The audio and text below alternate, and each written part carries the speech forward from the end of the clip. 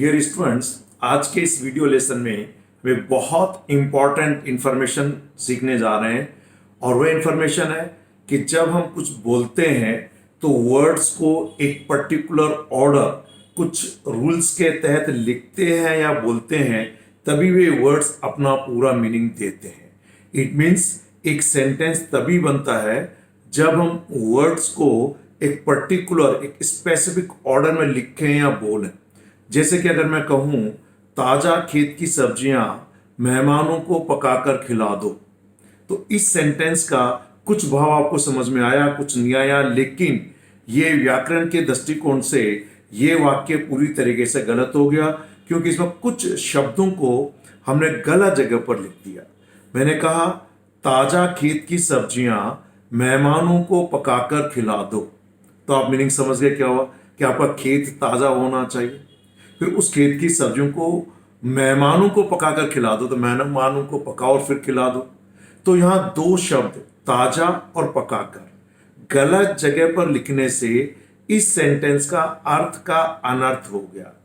आज के इस वीडियो लेसन में हम यही सीखेंगे कि किस तरीके से वर्ड्स को एक पर्टिकुलर ऑर्डर में लिखें, शब्दों को पर्टिकुलर ऑर्डर में लिखें, ताकि वो अपना पूरी तरीके से व्याकरण के दृष्टिकोण से पूरा अपना भाव व्यक्त कर सके।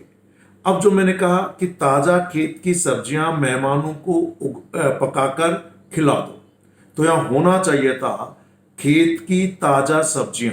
तो ताजा क्या होना चाहिए था? खेत नहीं, उस खेत की सब्जियां ताजा होनी चाहिए थी। पकाना किसको था? मेहमानों को नहीं, खेत की ताजा सब्जियों को पकाकर मेहमानों को खिला दो।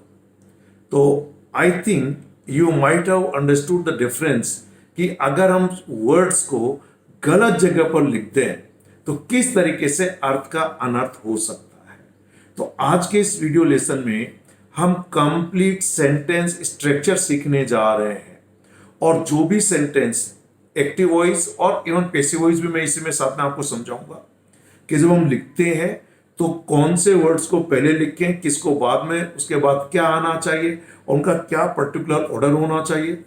और सेंटेंस में जब हम वर्ड्स का यूज करते हैं तो उस सेंटेंस में उन वर्ड्स के काम के हिसाब से उन्हें अलग अलग नाम दे दिया जाता है, जिन्हें अभी तक आप लोग पार्ट्स ऑफ स्पीच के नाम से जानते हैं, जैसे कि noun, pronoun, adjective, verb, adverb, conjunction, prepositions, interjection, ये आप पहले सुन चुके हैं।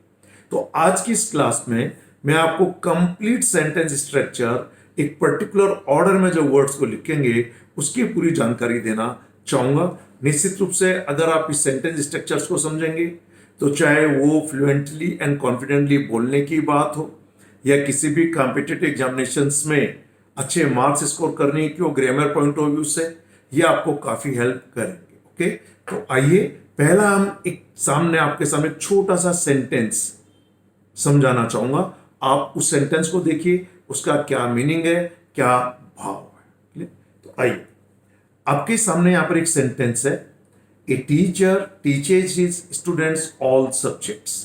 आप इस सेंटेंस को ध्यान से पढ़ेंगे तो आप मीनिंग पाएंगे कि शिक्षक सभी सब्जेक्ट्स अपने सभी स्टूडेंट्स को पढ़ाता है या पढ़ाते हैं।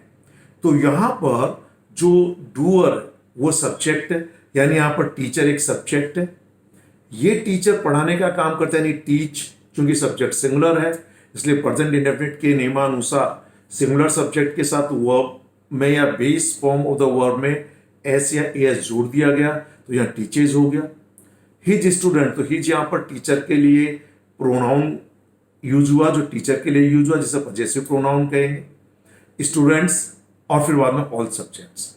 अगर हम ग्रामेटिकल एस्पेक्ट इसका देखें तो यहां पर ये टीचर सब्जेक्ट है, ध्यान दीजिएगा, और ग्रामर के आधार पर ये कोई ना कोई नाउन होता है या सब्जेक्ट के रूप में प्रोनाउन का यूज करते हैं। यहां पर ये जो एक्शन दिया हुआ है ये वर्ब और ये किसी एक्शन को रिप्रेजेंट करती है, ये verb. Clear?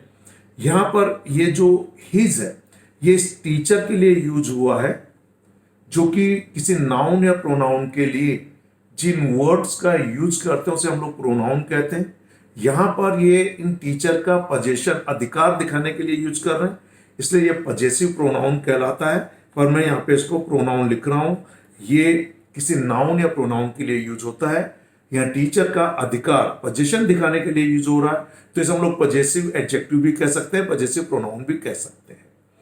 Grammar point of view से हालांकि यहां पर ये जो स्टूडेंट है ये कोई ना कोई नाउन है, और अगेन ये सब्जेक्ट है, ये भी कोई ना कोई नाउन का काम कर रहा है। इस नाउन के पहले ये और एक एडजेक्टिव के रूप में डिटर्मिनर के तरीके से यूज हो रहा है, यानी नाउन के पहले यूज हो रहा है, तो इसे हम डिटर्मिनर भी कहते हैं। पर ग्रामर पॉइंट ऑफ व्यू से जब ये टीचर सब्जेक्ट है, टीच इज वर्ब है, तो ये वर्ब ट्रांजिटिव वर्ब है, इसलिए इस वर्ब के साथ यहां पर ऑब्जेक्ट का प्रयोग किया गया है। यहां पर his students and all subjects ये ऑब्जेक्ट है। ध्यान दीजिएगा, यहां पर एक कॉन्सेप्ट मैंने पिछले वीडियो में आपको बताया है कि जो एक्शन वर्ब्स होती हैं इनको हम दो कैटेगरी में डिवाइड करते हैं। पहली है ट्रांजिटिव वर्ब्स, मैं यहां पे लिख रहा हूं, जो मैंने पहले किसी वीडियो में इसे डिटेल में समझाया। ट्रांजिटिव वर्ब, ट्रांजिटिव वर्ब का मतलब ये वर्ब जिनमें कोई ना कोई ऑब्जेक्ट लगता है, यानी जब ये सब्जेक्ट जो कि डूअर है, यहां पर कौन है, ये काम करने वाला परफॉर्मर, इस डूअर ने ये एक्शन किया और इस एक्शन का फल, इसका कहते हैं ना फ्रूट्स ऑफ द एक्शन, किसी अन्य व्यक्ति को मिले, या फिर इस व्यक्ति ने ये एक्शन किया और इस एक्शन का प्रभाव, इसका इफेक्ट, इसका रिजल्ट, इसका इंपैक्ट किसी एनिमल, प्लेस या थिंग पर पड़ा। तो कहने का मतलब है कि यदि आप हुम और व्हाट से क्वेश्चन पूछें तो इन दोनों में से किसी एक का जवाब मिले तो वो ऑब्जेक्ट होता है। जैसे कि ए टीचर टीचेज हुम, किन्हें पढ़ाता है टीचर, तो जवाब मिलेगा है जी स्टूडेंट्स। तो ये हुम के जवाब में मिलने वाला ऑब्जेक्ट है, इसे हम लोग इनडायरेक्ट ऑब्जेक्ट कहेंगे। क्या कहेंगे? Indirect object. साथ में a teacher teaches his students what, तो हमने कहा all subjects. In all subject जो कि इस व्हाट के जवाब में मिलता है, इससे भी ऑब्जेक्ट कहेंगे, लेकिन ये डायरेक्ट ऑब्जेक्ट कहलाएगा। आगे से ध्यान रखिएगा, यदि किसी वर्ब से हुम और व्हाट से आप क्वेश्चन पूछें तो हुम और व्हाट के जवाब में मिलने वाले वर्ड्स ही ऑब्जेक्ट होते हैं। ये कोई ना कोई नाउन होंगे या प्रोनाउन होंगे, या नाउन या प्रोनाउन के इक्विवेलेंट को समकक्ष शब्दों का समूह हो सकता है। कभी पूरा क्लॉज भी ऑब्जेक्ट के रूप में हो सकता है। तो ये ट्रांजिटिव वर्ब तो ऑब्जेक्ट लगेगा, और अगर यही इंट्रांजिटिव वर्ब है, जैसे इनका मतलब हो गया निगेटिव, नहीं, तो इंट्रांजिटिव वर्ब में ऑब्जेक्ट नहीं लगते। इनमें ये जो डूअर है, ये एक्शन करता है, तो इसका असर खुद पर ही आता है। जैसे हम सब सोते हैं, और यदि मैं सोऊंगा तो मुझे आराम मिलेगा, आप सोएंगे तो आपको आराम मिलेगा। या यह तो नहीं हो सकता कि मैं सोऊं और आपको आराम मिल जाए, लेकिन मैं यदि पढ़ाता हूं तो उसका फल आपको मिलता है। तो आप रिसीवर है, तो जो रिसिपिएंट ऑफ दिस एक्शन होता है वही ऑब्जेक्ट है। रिसिपिएंट और रिसीवर, ये कोई एनिमल, प्लेस, थिंग या कोई पर्सन हो सकता है। पर्सन है तो ये सामान्यतः इनडायरेक्ट ऑब्जेक्ट होता है, और यदि एनिमल, प्लेस, थिंग है तो ये डायरेक्ट ऑब्जेक्ट होता है। कुछ वर्ब मोनोट्रांजिटिव जिनमें एक ही ऑब्जेक्ट लगता है, जैसे वी ईट राइस, हम चावल खाते हैं, तो वी ईट व्हाट, जवाब मिलेगा राइस। तो ये एक छोटा सा सेंटेंस मैंने आपको समझाया। साथ में यहां पर जो वर्ड्स मैंने इसमें इस्तेमाल किए हैं, उन वर्ड्स के आधार पर मैंने इन्हें ग्रामेटिकल नेम देने की कोशिश की है कि ये कोई ना कोई नाउन है जो कि सब्जेक्ट का काम करता है। ये टीचे जो शब्द है ये किसी एक्शन को रिप्रेजेंट करता है, ये एक्शन वर्ब है। यहां पर his students and all subject grammar point of view से इस टीच के ऑब्जेक्ट हैं ये, और ऑब्जेक्ट कोई ना कोई नाउन या प्रोनाउन होता है। तो यहां पर ये स्टूडेंट्स नाउन है और यहां पे डायरेक्ट ऑब्जेक्ट का काम करता है। ये सब्जेक्ट जो है यहां पर ये भी नाउन है और ये इनडायरेक्ट ऑब्जेक्ट का काम करता है। साथ में स्टूडेंट्स के पहले हिज पजेसिव एडजेक्टिव करो, लेकिन ये प्रोनाउन है जो इस टीचर के लिए यूज हुआ है। और ऑल, ऑलमोस्ट मान के चलिए एडजेक्टिव का काम करता है, पर इसका हम डिटर्मिनर कहेंगे। और ये ए यहाँ पर आर्टिकल का आपने खूब नाम सुना है, इसलिए इसे हम लोग आर्टिकल कहेंगे। ये इंडेफिनेट आर्टिकल है, इसलिए यहाँ पर किसी भी टीचर की बात हो रही है। तो आइए अब इस सेंटेंस को, ये तो मैंने आपको समझाया, अब ग्रामेटिकल एस्पेक्ट के आधार पर मैंने इन्हें अलग अलग नाम दिया है।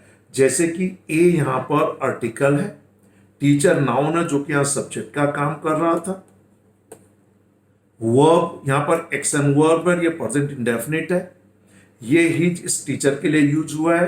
प्रोनाउन है लेकिन इसे पजेसिव एडजेक्टिव भी कह सकते हैं क्योंकि ये इसके पीछे सब्जेक्ट के पहले आकर उसके का अधिकार दिखा रहा है। स्टूडेंट्स नाउन है, सब्जेक्ट्स नाउन है, ये एक तरह से डिटरमिनर है। क्या है ये? डिटरमिनर। तो ये इसके ग्रामेटिकल नेम है। ये नाउन सब्जेक्ट है और ये जो यहाँ पर नाउन प्रोनाउन जो यूज हुए हैं ये पूरा का पूरा ऑब्जेक्ट है। इस सेंटेंस में केवल अब सब्जेक्ट वर्ब प्लस ऑब्जेक्ट की बात हुई है। अब आप सब जानते हैं कि ये वर्ब, ये ग्रुप ऑफ वर्ब्स भी हो सकता था जिसमें कुछ मेन वर्ब और कुछ हेल्पिंग वर्ब होती है। ठीक, ये सब्जेक्ट और ऑब्जेक्ट कोई ना कोई नाउन या प्रोनाउन होता है। अब वर्ब क्या होती हैं? वे शब्द जो किन्हीं एक्शन को रिप्रेजेंट करते हैं या स्टेट ऑफ बीइंग, किसी के कुछ होने के बारे में बताते हैं, जो कि बी की फॉर्म्स होते हैं, is, are, am, was and were. तो ये एक सेंटेंस हो गया सब्जेक्ट वर्ब ऑब्जेक्ट। ऑब्जेक्ट तभी लगता है जब ये वर्ब ट्रांजिटिव हो, यानी ये जो डूअर कहलाएगा एक्टिव वॉइस में, ये काम करे और इस काम का फल इस व्यक्ति को एनिमल प्लेस पर उसका फल पड़े, असर पड़े, उसका इंपैक्ट आए, तो वो ऑब्जेक्ट और ऑब्जेक्टिव कोई ना कोई नाउन या प्रोनाउन होता है। लेकिन इंट्रांजिटिव वर्ब में ऑब्जेक्ट नहीं लगता है और इसके बाद आप एडवर्ब्स लगा सकते हैं। ये तो हुआ noun, pronoun, verb. So mainly यहां दो कैटेगरी के वर्ड ज्यादा यूज हुए, नाउन एंड वर्ब। अब नाउन की विशेषता बताने वाले शब्द जिन्हें हम डिस्क्राइबिंग वर्ड्स कहते हैं वे होते हैं एडजेक्टिव। ठीक, अब वर्ब की विशेषता या अन्य शब्दों की विशेषता बताने के लिए कुछ अन्य शब्द और हैं जिन्हें एडवर्ब कहते हैं, जो नाउन प्रोनाउन को छोड़कर अन्य वर्ड्स की विशेषता बताते हैं। तो मैं इसी सेंटेंस को थोड़ा इनलार्ज करूंगा। अभी फिलहाल इस सेंटेंस के अंदर आप ध्यान से देखें तो यहां सिंपली आपका नाउन, वर्ब और नाउन या ऑब्जेक्ट के रूप में नाउन यूज हुआ। ये प्रोनाउन तो अभी पोजीशन दिखा रहा है तो इसे हम लोग पजेसिव एडजेक्टिव भी कह सकते हैं। अब इस सेंटेंस को ध्यान से देखिए, पहले वाले सेंटेंस की तुलना में यहां पर कुछ मैंने वर्ड्स ऐड कर दिए, जोड़ दिए। जैसे N experienced teacher teaches his weak students all difficult subjects. So you will find there are three new words in this sentence, and these new words are, one is experienced, next is weak, and next one is difficult. हालांकि यहाँ पर article भी change हुआ है, but that article has changed only because of this particular word. ठीक, अब ये तीन शब्द जो यूज हुए हैं ये किन्हीं नाउन की विशेषता बताने के लिए यूज हुआ। जैसे टीचर है पर कैसा है, तो हमने कहा अनुभवी है। तो इस नाउन जो कि टीचर जो सब्जेक्ट है पर ये कोई ना कोई नाउन या प्रोनाउन है, तो इस नाउन की विशेषता बताने के लिए इस टीचर के पहले एडजेक्टिव का यूज हुआ। ठीक ऐसे ही ये सब्जेक्ट्स हैं, इनकी विशेषता बताने के लिए यहां पर ये वीक का यूज हुआ और यहां इस सब्जेक्ट जो कि नाउन है की विशेषता बताने के लिए डिफिकल्ट शब्द का यूज हुआ है।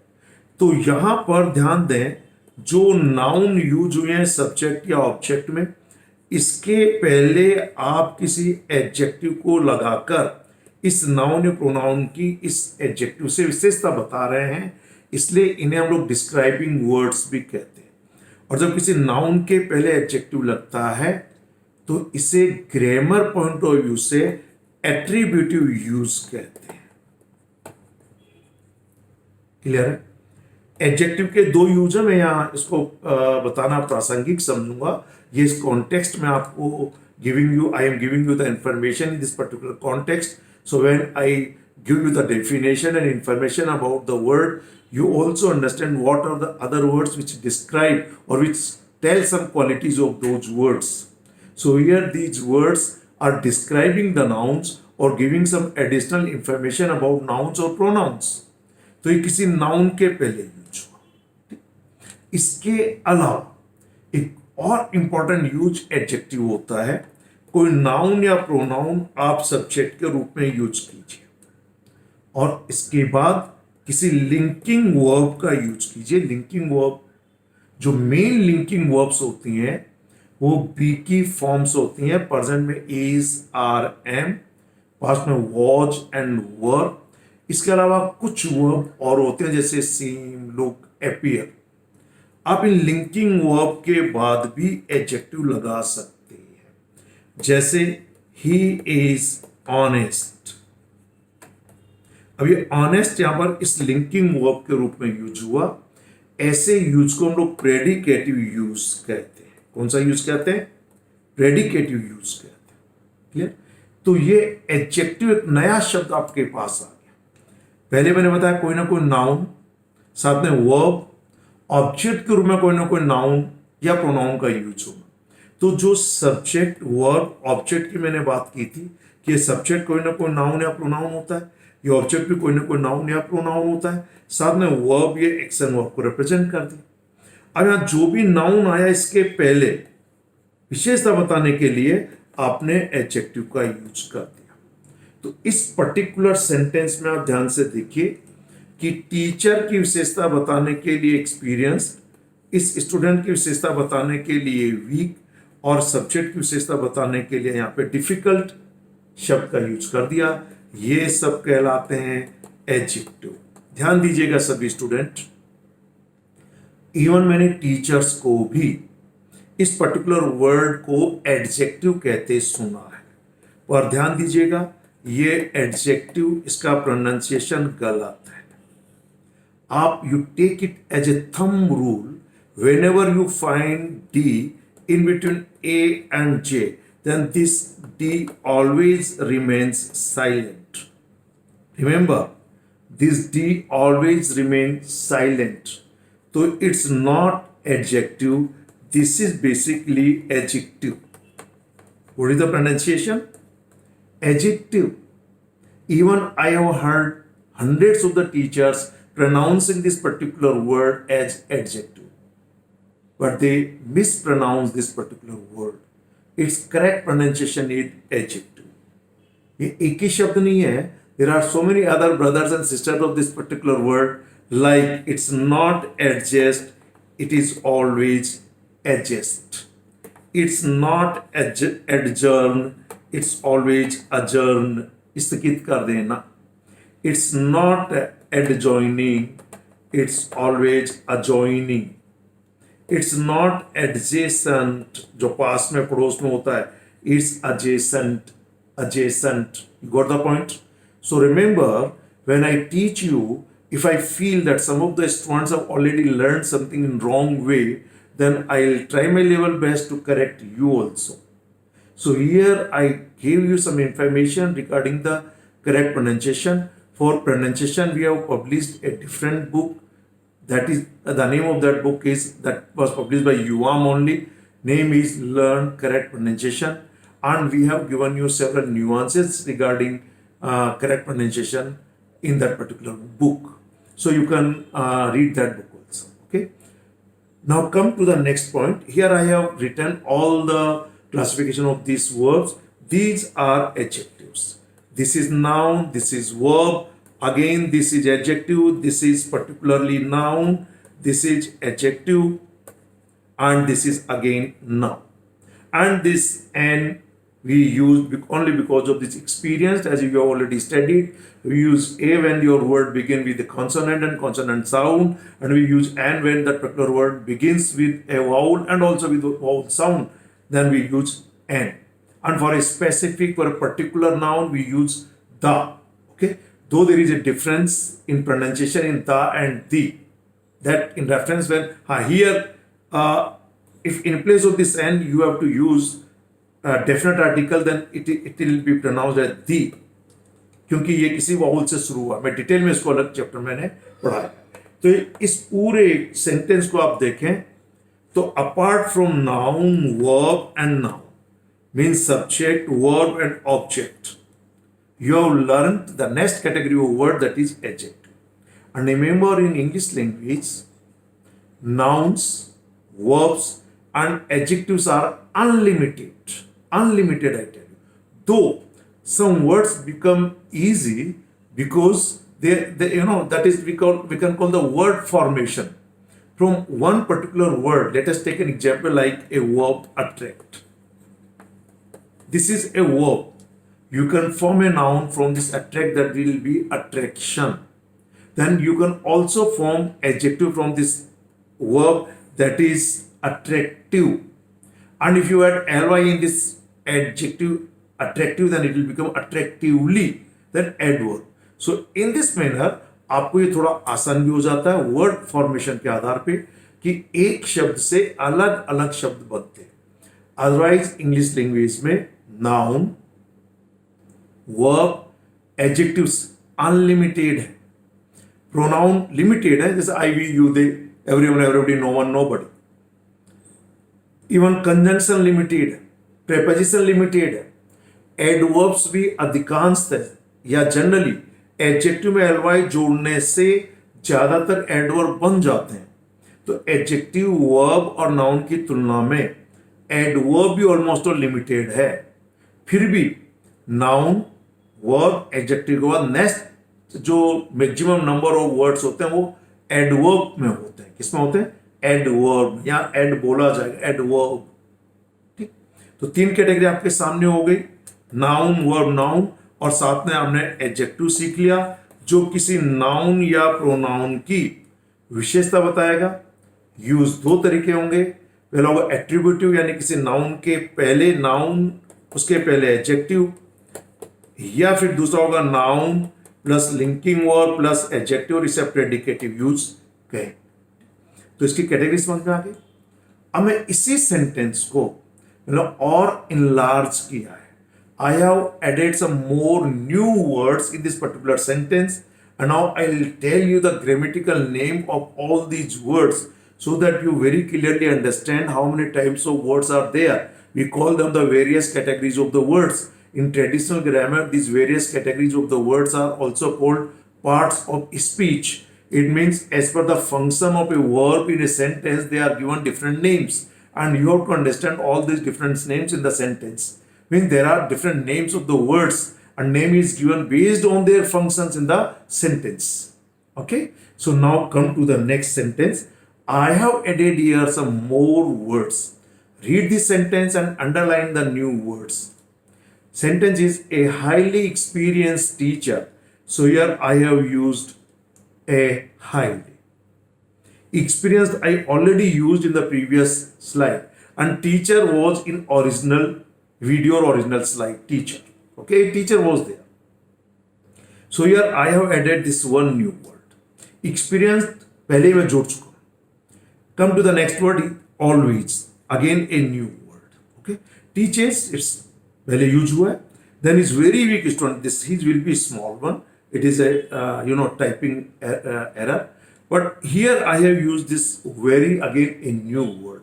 Weak पहले से ही था जो कि adjective. स्टूडेंट्स ऑब्जेक्ट के रूप में पहले यूज कर चुके हैं।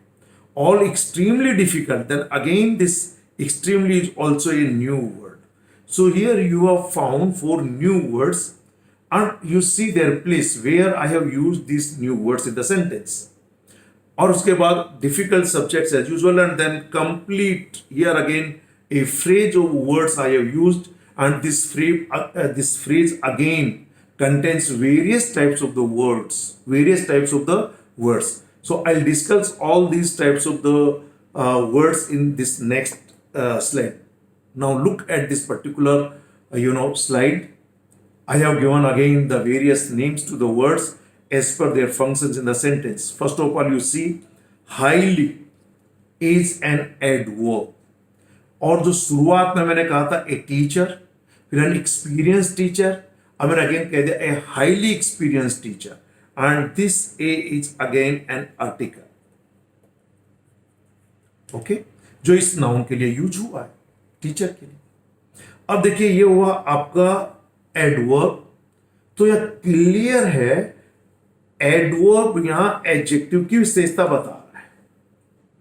किसकी विशेषता बता रहा है? यहां पर एडजेक्टिव की विशेषता बता रहा है ये एडवर्ब। ठीक है, ठीक ऐसे ही यहां पर अगेन देखें तो टीचर, अब ये सब्जेक्ट, और सब्जेक्ट कोई ना कोई नाउन या प्रोनाउन या उनके इक्विवेलेंट वर्ड्स का फ्रेज या क्लोज हो सकता है। इस टीचर की विशेषता बताने के लिए हमने एडजेक्टिव यूज किया। इस एडजेक्टिव की विशेषता बताने के लिए हमने यहां पर एडवर्ब यूज किया। ठीक, लेकिन सब्जेक्ट था यहां टीचर।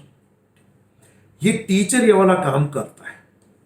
तो इस वर्ब की विशेषता बताने के लिए हमने यहां पर अगेन ऑलवेज शब्द यूज किया, और ये इस वर्ब की विशेषता बता, ध्यान दीजिए यहां ये एडवर्ब एडजेक्टिव की विशेषता बता रहा है, लेकिन यहां पर इस वर्ब की विशेषता बता रहा ऑलवेज।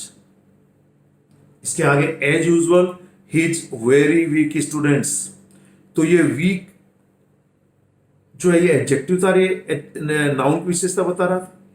अब इस नाउन की विशेषता बताने के लिए हमने एडजेक्टिव का यूज किया। इस एडजेक्टिव की विशेषता बताने के लिए मैंने यहां पर एडवर्ब का यूज किया।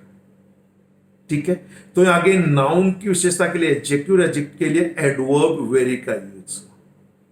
और ये ग्रामर पॉइंट ऑफ व्यू से पूरा का पूरा ये इनडायरेक्ट ऑब्जेक्ट क्या है? ये इनडायरेक्ट ऑब्जेक्ट है जो कि स्टूडेंट है। रेस्टोरेंट की अलग अलग क्वालिटी बताने के लिए हमने यहां इनका यूज कर दिया, इज वेरी वीक स्टूडेंट्स। अब आ जाइए, ये पूरा का पूरा जो पार्ट है ये बेसिकली डायरेक्ट ऑब्जेक्ट है। ऑब्जेक्ट होने को नाउन या प्रोनाउन या उसके इक्विवेलेंट वर्ड्स होते हैं, ये मैं आपको पहले बता चुका हूं। तो यहां पर अगेन ये जो सब्जेक्ट विषय ये नाउन है। इस नाउन की विशेषता बताने के लिए डिफिकल्ट आप पहले ही सीख चुके हैं। इस डिफिकल्ट को डिस्क्राइब करने के लिए या इस डिफिकल्ट की इंटेंसिटी बताने के लिए, इसकी विशेषता बताने के लिए अगेन एक एडवर्ब यूज किया, एक्सट्रीमली डिफिकल्ट सब्जेक्ट्स। क्लियर है? अब मैं देखिए यहां पर कुछ शब्द और बताना चाहूंगा। ठीक, कि यहां तो अभी तक सिर्फ यूज हुआ है सब्जेक्ट, वर्ब, ऑब्जेक्ट। ठीक है, अब यहां पर अभी फिलहाल यहां पर हमें कुछ वर्ड्स का यूज और करना चाहूंगा। जैसे मैंने कहा, a highly experienced teacher always teaches his very weak students all extremely subjects very sincerely। ध्यान दीजिएगा, मैंने ये यही यूज किया, वेरी सिंसियरली। तो यहां पर वेरी सिंसियरली, ये जो सिंसियरली कहा ये एडवर्ब। क्या है ये? एडवर्ब। और इस एक एडवर्ब की विशेषता में अगेन मैंने वेरी यूज कर दिया, तो एडवर्ब की विशेषता भी एडवर्ब बता रहा है। सो ये क्या हो गया? Very sincerely. तो ये इस वर्ब टीचेज की विशेषता बता रहा है। कैसे पढ़ाता है? एक बहुत ज्यादा अनुभवी टीचर सबसे ज्यादा कठिन सब्जेक्ट्स को अपने बहुत कमजोर स्टूडेंट्स को कैसे पढ़ाता है? तो हमने कहा सिंसियरली, और आप इसके लिए यूज कर सकते हैं वेरी सिंसियरली। मैं एक बार पूरा का पूरा ये जो है यहां पर इसी सेंटेंस में आगे बता रहा हूं, और इसके आगे मैंने यहां पे लिख दिया वेरी सिंसियरली। ये सिंसियरली एडवर्ब है, और ये टीचेज यानी इस वर्ब की विशेषता बता रहा है, और ये जवाब देता है हाउ, कैसे पढ़ाता है? सिंसियरली पढ़ाता है। आगे मैंने कह दिया इन द क्लास, कहां पढ़ाता है सिंसियरली? तो आपने कहा इन द क्लास, और यह भी इस टीचर्स की विशेषता बता रहा कहां पढ़ाता है, तो वेयर का जवाब हो गया इन द क्लास। तो ये पूरा फ्रेज इन द क्लास, मतलब इस इन द क्लास में इन प्रेपोजिशन है, द आर्टिकल है, क्लास नाउन है, और ये फ्रेज है। फ्रेज का मतलब यहां पर एक ग्रुप ऑफ वर्ड्स जिसका मीनिंग तो होता है, लेकिन अपने आप में इसका मीनिंग कंप्लीट नहीं होता। ठीक है, और इसमें वर्ब नहीं होता। तो इन द क्लास ये प्रेपोजिशनल फ्रेज भी कहला सकता है। लेकिन ये यहां पर एडवर्ब का काम करता है और ये बताता है काम के होने की जगह को। सो एक हाईली एक्सपीरियंस टीचर हमेशा सभी बहुत ज्यादा कठिन सब्जेक्ट्स को अपने सभी वीक स्टूडेंट्स को सिंसियरली कहां पढ़ाता है? क्लास में। फिर मैंने यहां कह दिया एवरी डे। तो ये टाइम मान लीजिए, फ्रीक्वेंसी मान लीजिए, और ये भी यहां पर एडवर्ब का काम करता है और ये टाइम बताता है, या मान लीजिए कि उस काम की फ्रीक्वेंसी की एवरी डे बताता है। लेकिन ये वर्ब की विशेषता बता रहा है और ये मतलब कब पढ़ाता है? व्हेन। और आगे सेंटेंस को कंटिन्यू कर देते हैं, to help them pass the exam. अब मैं इस पूरे सेंटेंस को यहां निष्कर्ष के तौर पे यहां पे देखिएगा। सबसे पहले ये टीचर यहां पर सब्जेक्ट, ये टीचर कोई ना कोई नाउन या प्रोनाउन होता है। एट्रीब्यूटिव यूज नाउन में एडजेक्टिव के रूप में उसके पहले यूज कर दीजिए। इस एडजेक्टिव की विशेषता बताने के लिए आप लोग यहां पर एडवर्ब का यूज कर दीजिए। अब यहां पर सब्जेक्ट तो हो गया है, अब इसकी विशेषता बताने के लिए जो भी शब्द यूज किए इसके पहले आपने कर दिए। फिर मैं यहां पे लिख रहा हूं वर्ब। ये वर्ब अकेली एक मेन वर्ब भी हो सकती है, तो ये एक ग्रुप ऑफ वर्ब्स भी हो सकता है जिसमें कुछ हेल्पिंग वर्ब और एक मेन वर्ब होगा। अब ये verb, if this verb is transitive verb, then it will take some object, and object are also two types. One is indirect object, another one is direct object. How to identify these? For this particular thing, transitive and intransitive verb, I have developed a new and another video which you can watch on our website. There you will learn what is the difference between transitive and intransitive verb, and which are the words which don't take any object after them and why they are called intransitive verb. So if this verb is intransitive verb, then there will be no object. If this verb is transitive verb, then this verb will take object. So here I write this object in bracket. Looking at this particular verb, if this verb is intransitive verb, then there will be no object. Objects are generally noun or pronoun or their equivalent phrase or group of words. And if this verb is intransitive, there will be no object. अब यहां पर चूंकि ये भी noun है, ये भी noun है, so as you show some quality of the noun of this which has been used as a subject, in the same manner you can use adjectives before this object also if it is a noun. वो attributive use हो जाएगा, जैसे कि यहां पर students और subject से पहले यूज किया है। इसके बाद अब इस पर्टिकुलर सेंटेंस को अगर आप ध्यान से देखें, सो मैंने पहले क्या क्या शब्द यूज किए थे? नाउन, साथ में मैंने कहा था वर्ब, साथ में मैंने कहा था प्रोनाउन। इसके अलावा अगली कैटेगरी ऑफ वर्ड्स आया था एडजेक्टिव, जो नाउन या प्रोनाउन की विशेषता बताता है। लेकिन इस पूरे सेंटेंस में कुछ और नए वर्ड्स आ गए, और ये ज्यादातर इस एंड में जो नए वर्ड्स हैं वो सब एडवर्ब्स। क्या है? एडवर्ब्स। एडवर्ब्स कौन कौन से हैं? मैं इस पूरे बोर्ड को क्लीन करके आपको समझाना चाहूंगा। पूरा ध्यान से देखिए इस सेंटेंस को, कि यहां पर अब ये जो आपने यूज किया subject plus verb plus object. I write this object in bracket because if it is intransitive verb, there will be no object. If it is transitive verb, then certainly there will be some object. ठीक। अब इसके आगे जो words की category use हुई है वो words कहलाते हैं एडवर्ब्स। यहां पर ये एडवर्ब इस एडजेक्टिव की विशेषता बता रहा है और ये एडजेक्टिव इस नाउन की विशेषता बता रहा है। तो एक एडवर्ब किसी एडजेक्टिव की विशेषता बताता है उसके पहले लगकर। इसके अलावा इस वर्ब्स की विशेषता बता रहा है ये एडवर्ब, और साथ में जो मैंने यहां पर लिखा था sincerely in the class every day to help them pass the exam. यहां पर ये सिंसियरली भी एडजेक्टिव है, in the class, sorry adverb है ये सिंसियरली, इन द क्लास भी एडवर्ब है और एवरी डे भी एडवर्ब है। ये तीनों एडवर्ब इस टीचर्स की विशेषता बता रहे हैं, पर यहां पर this and this to help them pass the exam, ये भी इस वर्ब के बारे में इंफॉर्मेशन दे रहे हैं। But all these four group of words indicate various types of information about verb. पहला ये बता रहा है कि ये काम कैसे होता है, मीन्स हाउ, इसमें it shows manner of the action.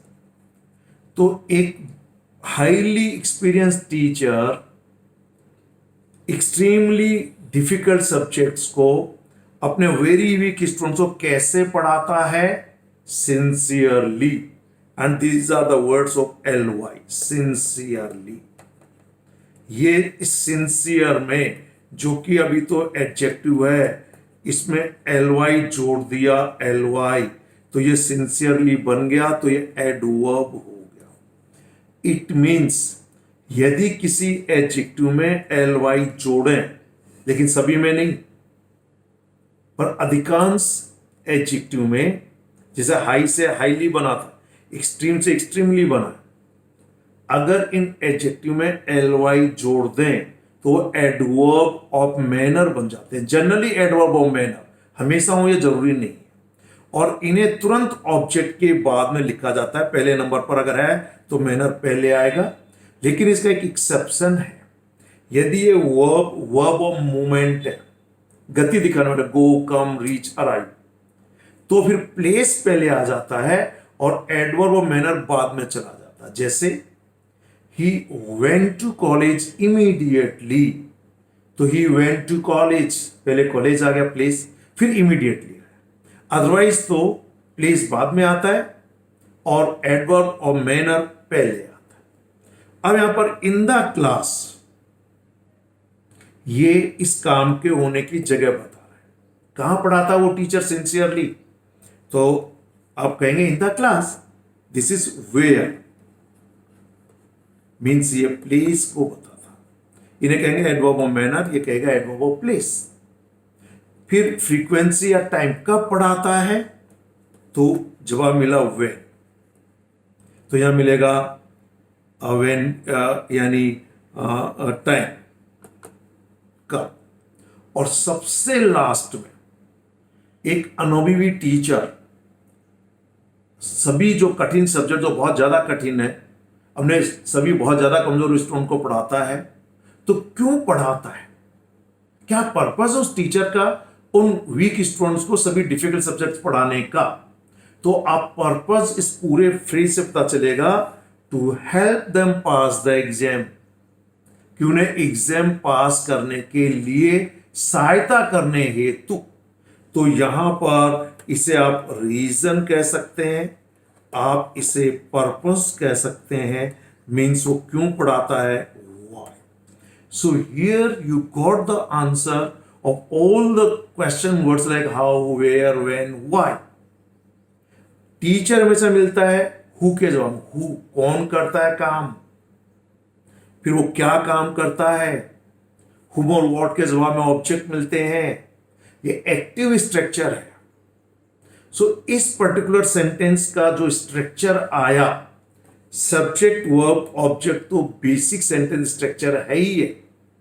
अब ये सब्जेक्ट और ऑब्जेक्ट कोई ना कोई नाउन होगा, इनके पहले आप एडजेक्टिव, और चाहे तो एडजेक्टिव के पहले आप एडवर्ब लगा सकते हैं, और इस नाउन के लिए इन एडजेक्टिव एडवर्ब के प्रोनाउंसिएशन के हिसाब से आर्टिकल का यूज कर सकते हैं, ए एंड द।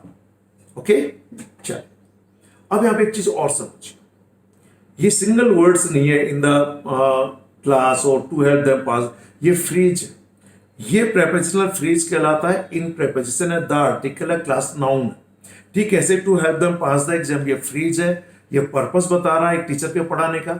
लेकिन यहां पर टू हेल्प एक यहां पर इन्फिनिटिव वर्ब कहलाती है, इन्फिनिटिव वर्ब, ठीक है। इस हेल्प का ऑब्जेक्ट यूज हुआ है देम, प्रोनाउन है जो कि देखिए ऑब्जेक्टिव फॉर्म है। पास यहां पर बेयर इन्फिनिटिव वर्ब है विदाउट टू, बेस फॉर्म है, और again to help them pass the exam, और ये पास का ऑब्जेक्ट है द एग्जाम। अब मैं प्रोनाउंसिएशन बताता हूं, ध्यान दीजिए। यहां मैंने इसको बोला दी, इट मीन्स यदि आप किसी ऐसे शब्द के साथ THE डेफिनेट आर्टिकल का यूज करें जो किसी वाउल से शुरू हुआ, इसी से इसका प्रोनाउंसिएशन है, then it is always pronounced as the. अगर ये किसी कॉन्सोनेंट से शुरू हो, the boys, the students, the teacher, तो फिर ये द कहलाता है, कॉन्सोनेंट के पहले होता है। आई होप कि आप एक ही सेंटेंस में जो वेरियस कैटेगरी वो वर्ड्स वो आपने यहां देखे हैं, ठीक। यहां पर नाउन्स भी हैं, प्रोनाउन भी है, जैसा कि देम मैंने कहा, देखिए ऑब्जेक्टिव फॉर्म है। यहां वर्ब भी है, एडजेक्टिव भी है, एडवर्ब भी है, क्लियर। इसके अलावा यहां पर आर्टिकल भी आ चुका है, साथ में एडवर्ब्स में अलग अलग वर्ड्स यूज हुए हैं, प्रेपोजिशन जैसे कि इन यहां पर यूज हुआ है, ठीक है। अब यहां पे ध्यान दीजिए, एक और बनता है जो होता है कंजंक्शन। ये 7 मेजर कैटेगरीज ज्यादा यूज होती है, इंटरजेक्शन का यूज बहुत कम होता है। सो ब्रीफ में मैं कह सकता हूं कि इस पर्टिकुलर सेंटेंस स्ट्रक्चर में मैंने जिन वर्ड्स का यूज किया है, जो वेरियस कैटेगरीज हैं, जो इन सेंटेंस में जो काम करते हैं, जो सेंटेंस में उन वर्ड्स का फंक्शन है, उनके काम के हिसाब से हमने उनको नाम दिया है। तो सबसे पहले नाउन्स। नाउन्स जनरली सब्जेक्ट या ऑब्जेक्ट होते हैं सेंटेंस का, जैसे कि यहां पर teacher, students and subjects. Next आता है प्रोनाउन, जो इस नाउन के लिए ही यूज होता है, और ये भी जनरली सेंटेंस में सब्जेक्ट या प्रोनाउन में यूज होता है। नेक्स्ट इंपॉर्टेंट कैटेगरीज होता है वर्ब्स। बिना वर्ब के कोई सेंटेंस बन ही नहीं सकता। ये या तो एक्शन को बताने वाले वर्ड्स होते हैं, या स्टेट ऑफ बीइंग, किसी के कुछ होना, एग्जिस्टेंस को बताने वाले वर्ड्स होते हैं। अगली इंपॉर्टेंट कैटेगरीज आ गई थी एडजेक्टिव, जो नाउन या प्रोनाउन को डिस्क्राइब करते हैं, उनकी विशेषता बताते हैं, ठीक है। अगली कैटेगरी मैंने बताई थी एडवर्ब, जो बहुत इंपॉर्टेंट है। एडवर्ब्स नाउन और प्रोनाउन को छोड़कर वर्ब की विशेषता बता सकता है, एडजेक्टिव की विशेषता बता सकता है, एक एडवर्ब दूसरे एडवर्ब की विशेषता बता सकता है, कंजंक्शन, प्रेपोजिशन की भी विशेषता बता सकता है, इवन पूरे सेंटेंस की विशेषता भी एडवर्ब बता सकता है, ठीक। नेक्स्ट कैटेगरी मैंने आप लोगों को बताई थी प्रेपोजिशंस। लिमिटेड है लेकिन है बड़े इंपॉर्टेंट, और एक बताया था कंजंक्शन। इंटरजेक्शन बहुत लिमिटेड है, और ये न के बराबर हमारे ग्रामर में यूज होते हैं। स्पोकन इंग्लिश में कभी कभार हम यूज करते हैं, तो ओ आ, हेलो, ऐसा, हाय, ये शब्द। अब इन जितने भी कैटेगरी के जो वर्ड्स मैंने आपको बताए, I will give you the accurate definition as per grammar. Clear? Grammar क्या है, इसका मैंने अलग वीडियो बनाया है, अब हमारी वेबसाइट पर जाकर देख सकते हैं। और यदि आप वाकई में ग्रामर सीखना चाहते हैं, तो first of all you have to understand what is grammar. अगर आपको यही नहीं पता ग्रामर होती क्या है, तो आप उसको समझेंगे कैसे? आइए, अब जितने कैटेगरी के वर्ड्स मैंने इसमें यूज किए हैं, noun, pronoun, verb, adjective, adverb, article, conjunction, preposition, वो सब मैं आपको यहां डिटेल में समझाना चाहूंगा। ये बेसिक सेंटेंस स्ट्रक्चर है, सब्जेक्ट, वर्ब, ऑब्जेक्ट, ठीक। आगे अगर ट्रांसिटिव है तो ही ऑब्जेक्ट लगेगा, इंट्रांसिटिव तो ऑब्जेक्ट नहीं लगेगा। इसलिए मैंने कहा सब्जेक्ट, वर्ब, ऑब्जेक्ट ब्रैकेट में लिखा। If this is transitive verb then it will take object, if it is intransitive verb it will take no object. Then adverbs, common adverbs मैंने आपको बताइए। सबसे पहले manner, then place, then reason, then time and reason, then time. Reason को हम purpose भी कह सकते हैं, कंपैरिजन भी होता है, एडवर्ब ऑफ फ्रीक्वेंसी भी होता है, कुछ की पोजीशन इस वर्ब के पहले भी होती है, ठीक। और एडवर्ब्स के बहुत से फंक्शंस हैं। एडजेक्टिव तो केवल नाउन और प्रोनाउन की विशेषता बताता है, लेकिन एडवर्ब तो नाउन प्रोनाउन को छोड़ दो, बाकी सबकी विशेषता बताता है। ठीक है, आइए अब आपके सामने brief overview of parts of speech means various categories of words, and when you write all these words in a particular order, in a specific order, as per some rules, only then these words give some meaning and called sentence. ठीक, grammar के दो important part होते हैं, words and sentence structure. Words means एक word से दूसरा शब्द की कौन सी फॉर्म बनती है, कैसे इनकी कैटेगरी चेंज हो जाती है, और साथ में अगर वो वर्ड कैटेगरी वर्ब है तो उसके अलग अलग फॉर्म्स क्या होती है। ठीक, बस यही ग्रामर की डेफिनेशन है। So various categories of words आप देख चुके। अब आइए इस ओवरव्यू में सबसे पहले मैं बताऊंगा व्हाट आर नाउन्स। अनलिमिटेड है, लकीली इनमें से ज्यादातर वर्ड्स आप ऑलरेडी जानते हैं। आइए मैं थोड़ा बता दूं। डेफिनेशन देखिए, nouns are the words that refer to people, animals, places, thing और abstract ideas such as feelings, qualities, actions, states etcetera. तो क्या होते हैं nouns? Nouns places, thing, animals और लोगों के नाम को कहते हैं, या कुछ एब्स्ट्रैक्ट आइडिया, भाववाचक विचार, कॉन्सेप्ट, फीलिंग्स, क्वालिटी, जैसे थीफ से थेफ्ट, ठीक है, टीच से टीचिंग, लाफ से लाफ्टर। तो एक तरीके से जो एक्शन उनका नाम बन गया। फिर इसके इंपॉर्टेंट काम क्या होते हैं? Nouns are generally used as subjects in a sentence और ऑब्जेक्ट और वर्ब्स और प्रेपोजिशंस। या तो किसी सेंटेंस का सब्जेक्ट, या किसी वर्ब का ऑब्जेक्ट, या फिर किसी प्रेपोजिशन का ऑब्जेक्ट, यानी प्रेपोजिशनल फ्रेज के बाद। तो देखिए नाउन में Deepak, Jaipur, doctor, horse, house, achievement, intelligent, childhood, theft. अब मैं इसकी थोड़ी सी डिटेल बताना चाहूंगा। आप basically nouns can be divided into two major categories. One is concrete noun. Concrete noun means the moment I tell you the name, immediately you will form a picture in your mind. मैंने कहा horse, तो आपके दिमाग में घोड़े की picture आ गई। एक किंग, तो एक पिक्चर आ गई। या फिर किसी पर्टिकुलर व्यक्ति का नाम लिया, मैंने कहा दीपक, तो आपका कोई दोस्त या कोई या तो नाम आ जाएगा।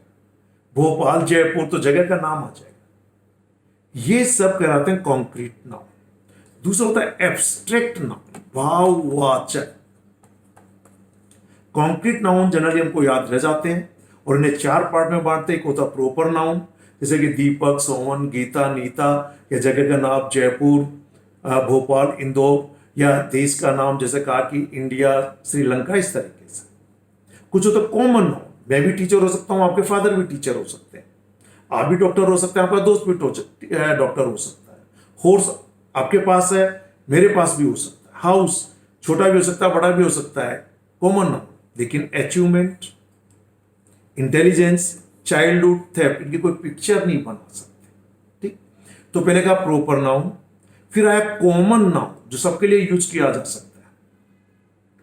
फिर एक होता कलेक्टिव नाउन, जैसे कि आपने यहां पे लिखा क्लास, कुछ स्टूडेंट्स को मिलाकर क्लास बन जाती है। आर्मी कुछ लोगों को मिलाकर बन जाता है।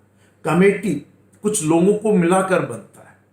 तो proper noun, common noun, collective noun, और एक होता है मेटेरियल नाउन, जैसे कि गोल्ड, आयरन।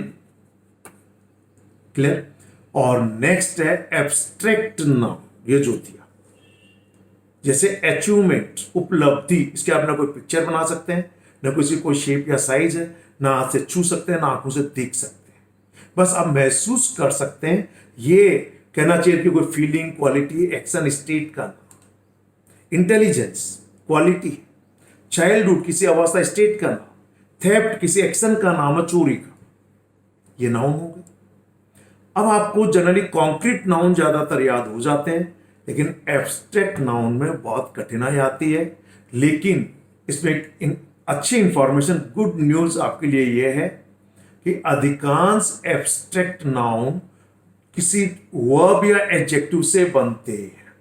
जैसे अचीव से बन जाता है एमएनटी लगाकर अचीवमेंट, इंटेलिजेंट से बन जाता है इंटेलिजेंस, मैनेज से बन जाता है मैनेजमेंट, अरेंज से बन जाता है अरेंजमेंट, ऐसे कॉन्फिडेंट से बन जाता है कॉन्फिडेंस, इंटेलिजेंट से बन जाता है इंटेलिजेंट, चाइल्ड से बन गया चाइल्डहुड, थीफ चुराना, चोर जो जिसे कहते हैं, तो उसे बन जाता है थेफ्ट। तो अच्छी बात है कि एब्स्ट्रैक्ट नाउन ज्यादातर, सभी ने, अब एंगर कहा, नो डाउट ये एंग्री से आता है और ये एब्स्ट्रैक्ट नाउन है।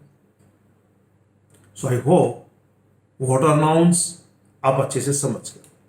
और ज्यादा डिटेल के लिए हमारी युवाम की जो ग्रामर बुक में अक्सर बच्चों को दिखाता हूं, आप इस बुक को पढ़िए।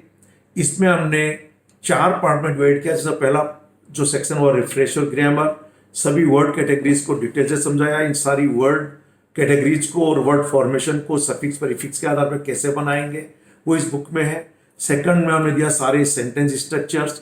थर्ड में practical study of grammatical rules to spot common errors, सही अंग्रेजी लिखना, बोलना और कॉम्पिटिटिव एग्जामिनेशंस में कॉमन एरर्स और सेंटेंस इंप्रूवमेंट को अच्छे से सोल्व करना। और फोर्थ है कि एग्जामिनेशन के लेटेस्ट पैटर्न के आधार पर एक्सरसाइज और लेटेस्ट पैटर्न के क्वेश्चन पेपर्स को दिया है। ठीक, सेकंड कैटेगरी मैंने आपको बताया था प्रोनाउन, ये लिमिटेड है और ये नाउन या प्रोनाउन के लिए यूज होते हैं, सामान्यतः सब्जेक्ट या ऑब्जेक्ट का काम करते हैं। क्या होते हैं ये देखिए कि pronouns are words that are used in place of some specific nouns mention earlier in the sentence to avoid repetition of words. से मान लीजिए मैंने कहा Sita does his work, sorry Sita does her work in her house. ठीक है, अब आप इसको बार बार Sita does Sita's work in Sita's house, तो बार बार सीता रिपीट करने के बजाय मैंने कह दिया Sita does her work in her house. तो सीता को बार बार रिपीट करने की बजाय उसे बचने के लिए हमने सीता के लिए हर का यूज कर दिया। तो ये कहलाते हैं जैसे कि आई वी यू दे, इनके objective form me us you them him her possessive form. इसके अलावा indefinite pronoun everyone everybody no one nobody someone somebody, ये सब इंडेफिनेट प्रोनाउन भी होते हैं। ठीक, तो pronouns are used in the same ways as nouns, it means subject और ऑब्जेक्ट का काम करते हैं और ये लिमिटेड है। आइए अगली वर्ड्स की कैटेगरी है जो बहुत इंपॉर्टेंट है, this is verb. Remember, without verb we can not frame any sentence, we can not form a single sentence without verb. So verb is called the soul of a sentence, कि वाक्य की आत्मा कहलाती है। And the whole meaning of a sentence depends only on the verb, and these verbs change their forms according to the time and subject of the verb. Time के हिसाब से भी बदल जाती हैं और सेंटेंस के सब्जेक्ट के हिसाब से भी बदल जाती हैं।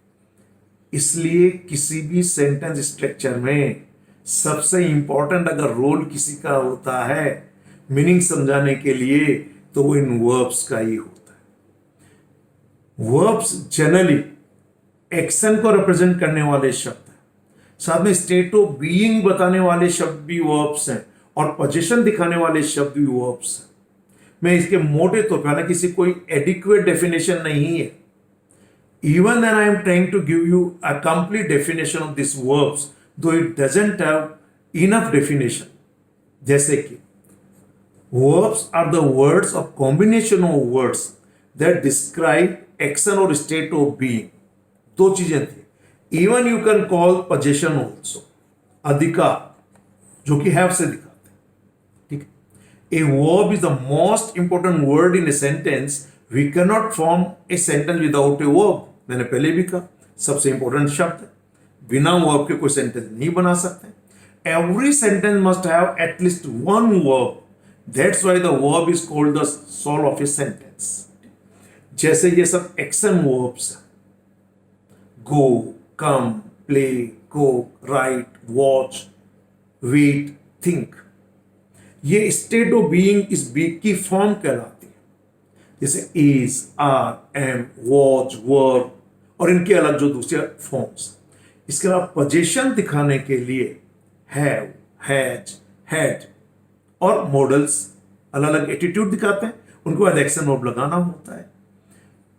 ध्यान दीजिए, वर्ब सबसे इंपॉर्टेंट है। मैं आपको इंपॉर्टेंट फैक्ट बताना चाहूंगा। आपको fluently and confidently in all the situation, if you want to speak English fluently and confidently in all the situation, then how many words do you need to speak English fluently and confidently? You need only 5,000 maximum words. Even if you have the complete mastery of 3,000 to 4,000 words, that will suffice your requirement. Remember, I am giving you Guinness book of record के जो data वो बता रहा हूं कि एक अंग्रेज आदमी ब्रिटेन में, जहाँ की नेटिव लैंग्वेज है, 16 साल जब एजुकेशन पा लेता है तो सामान्यतः बोलचाल में 5,000 वर्ड्स का यूज करता है। उसकी पहचान की रिकग्निशन वोकैबुलरी 10,000 तक होती है, पर जनरली ही uses only 5,000 words in his day to day conversation with the people. These 5,000 words are of different categories. इनमें से लगभग 1,000 वर्ड्स ऐसे होते हैं जो वर्ब्स होते हैं और आपको आना ही चाहिए, और इनके अलग अलग फॉर्म्स।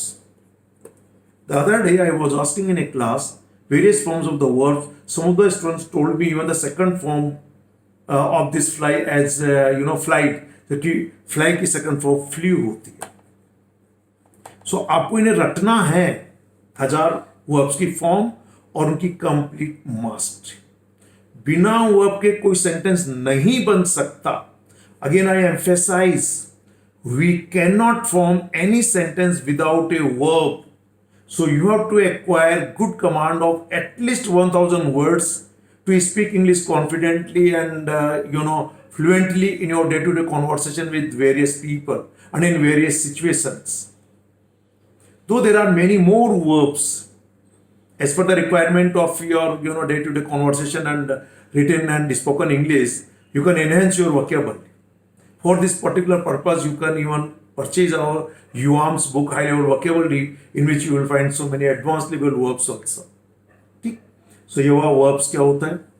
अगला देखिए, adjectives, describing words, विशेषता बताते हैं। So adjectives are the words that modify nouns or pronouns in a sentence। और मैंने कहा था किसी नाउन के पहले एडजेक्टिव का यूज करते हैं, पहला यूज एट्रिब्यूटिव यूज है। नंबर 2, किसी noun plus linking verb plus noun का यूज एडजेक्टिव का यूज करते हैं, दिस इज प्रेडिकेटिव यूज। जैसे angry, bad, brave, difficult, dirty, fine, great, long, neat, polite and poor. So आपको अच्छे लेवल के एडजेक्टिव, उनकी कंप्लीट मास्टरी और वर्ड कॉम्बिनेशन सहित चाहिए। ये अच्छाई बुराई बताते हैं, ठीक है।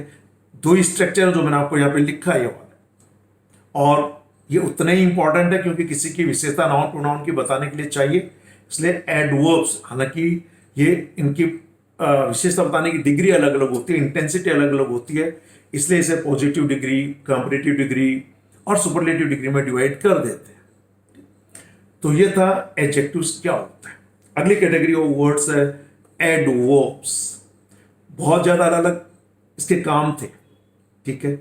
नाउन प्रोनाउन को छोड़कर, नाउन प्रोनाउन की विशेषता एडजेक्टिव बताता है, पर अब नाउन और प्रोनाउन को छोड़ दें तो बाकी जो शब्द बचे वो क्या बचे?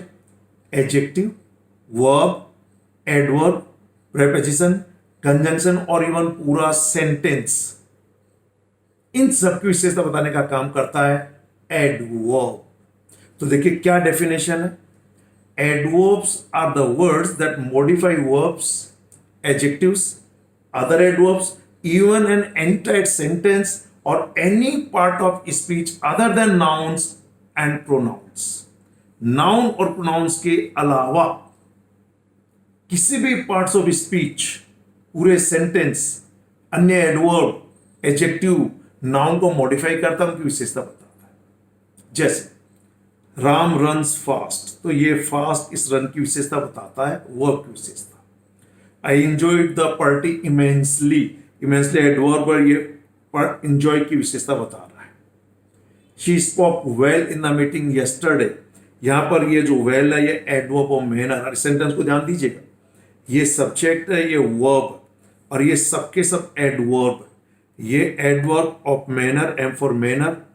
इन the meeting adverb of place. Yesterday this shows time. So again subject verb, चूंकि वर्ब को अभी यहां पर ऑब्जेक्ट नहीं लगाया, हालांकि है तो ट्रांजिटिव वर्ब और इसे ऑब्जेक्ट नहीं लगाया है, इसलिए डायरेक्टली इसके बाद adverb of manner, place, time आ गया है, और ये तीनों एडवर्ब कहलाते हैं।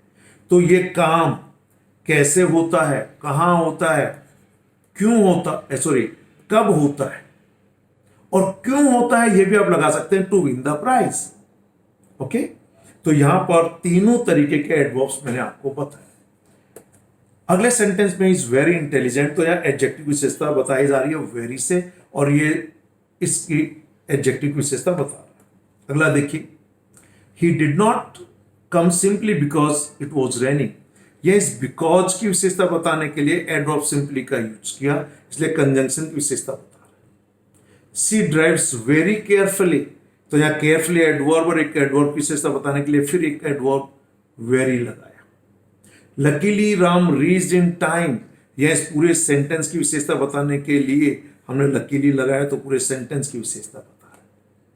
Fortunately the damage has been slight, सौभाग्य से जो डैमेज हुआ वो कम हुआ, तो अगेन इस पूरे सेंटेंस की विशेषता फॉर्चुनेटली बता रहा है, सेंटेंस की विशेषता। She was sitting just beside me, तो यह प्रेपोजिशन है, इसकी विशेषता जस्ट, वह बिल्कुल मेरे पास में बैठा हुआ था, एकदम मेरे पास बैठा हुआ था, सो प्रेपोजिशन की विशेषता है। I don't think it is worth going just for a day, तो इस फॉर की विशेषता बताइए जस्ट, प्रेपोजिशन की विशेषता बता रहा है। यह था adverb.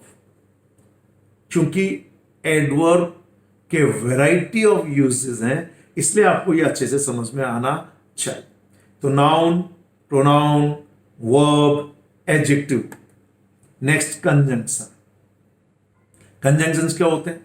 Conjunctions are words that connect two or more words, phrases और सेंटेंसेस टुगेदर, कि दो या दो से ज्यादा सेंटेंसेस को, फ्रेजेस को, वर्ड्स को जोड़ता है। जैसे सिंपल सेंटेंस में हम कहते हैं and, but, or, nor, yet, so, for. Next देखिए, कोरिलेटिव जो पेयर में चलते हैं, either or, neither nor, not only but also, no sooner than, scarcely when, ये सब पेयर्स में चलते हैं। Hardly, when, whether or both and. Next है जिन्हें कंपाउंड कंजंक्शंस कहते हैं, या फिर इन्हें सेंटेंस कनेक्टर्स भी कह सकते हैं, बहुत इंपॉर्टेंट है। कंजंक्शनल फ्रेज भी कहते हैं, as well as soon as long as, so long as, even if, even though, even when, as if, as though, else, or else, otherwise, however, therefore, in order that, nevertheless, provided that, in as much as, so that। ये direct absolute conjunction नहीं है, ये अलग अलग, जैसे यहां as well as एक idiom है और अलग अलग और भी इनके फंक्शन है, उनको हम कंजंक्शन के रूप में, सेंटेंस कनेक्टर्स के रूप में यूज कर रहे हैं, इसलिए इन्हें कंपाउंड कंजंक्शंस कहा गया। ये कंजंक्शन में देख लिया कितने कैटेगरी के होते हैं। आइए अब हम लोग देख रहे हैं इंटरजेक्शन और प्रेपोजिशन, इसके अंदर और होता है जो अभी बताया है, पर इंटरजेक्शन प्रेपोजिशन ही लेते हैं सबसे पहले। प्रेपोजिशन बहुत छोटे छोटे शब्द है, ठीक है, और ये प्रेपोजिशंस बेसिकली किसी नाउन या प्रोनाउन के पहले आकर उसका अन्य शब्दों से रिलेशन बताते हैं। ये शब्द क्या बताते हैं? उसका अन्य वर्ड से रिलेशन बताते हैं। कितने तरीके के हैं? सिंपल में जैसे after, at, by, for, from, in, of, और नेक्स्ट जैसे कि कंपाउंड में about, above, across, against, along, amid, among. तो ये सब है प्रेपोजिशंस, ठीक है। ध्यान दीजिएगा, प्रेपोजिशंस वे शब्द होते हैं जो किसी नाउन या प्रोनाउन के पहले यूज होते हैं और सेंटेंस में दूसरे शब्दों से उसका रिलेशन बताते हैं। क्लियर है? तो नाउन या प्रोनाउन के पहले यूज होकर दूसरे शब्दों से उनका रिलेशन बताते हैं, इसलिए इन्हें हम लोग प्रेपोजिशंस के रूप में लेते हैं और साथ में इंटरजेक्शन। सो ये सब थे आपके आज के सेंटेंस वर्ड्स में यूज होने वाले various category of words. Dear students, if you want to acquire good command over English language, then first of all you have to master all the basics of English grammar. And when I say basics of the grammar, it means there are two important basics. One is words, their formation and their correct pronunciation.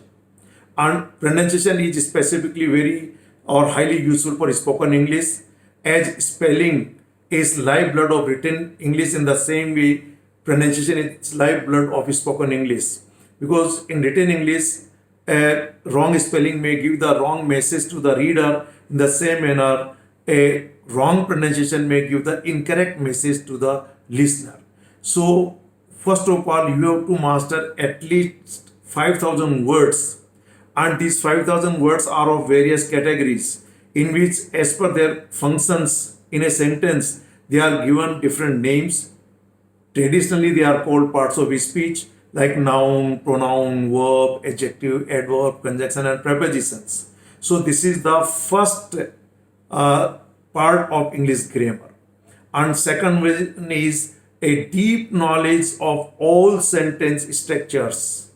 So these are the two important aspects of English language, and you have to acquire equal mastery of these parts, means words, their formation means word formation, their pronunciation, and their meaningful word groups.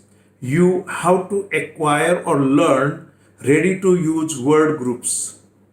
And second one is we can call all types of sentence structures. In our complete grammar course, we teach all such type of things. Remember, right now we offer all this course through this book. This book compiles all types of English sentence structures and also various types of word categories. And on the suggestion of the students, I have recorded all my classes in the form of video lessons and provided all these video lessons free of charges along with this book. This offer is for a limited period. You buy this book and you will get my video lesson course worth rupees 8,000 absolutely free. So these are the two basic things to acquire complete mastery of English grammar, means words and sentence structures. Okay, and this video will be highly useful for all of you to acquire complete mastery over the sentence structures. Thank you very much. Have a nice day.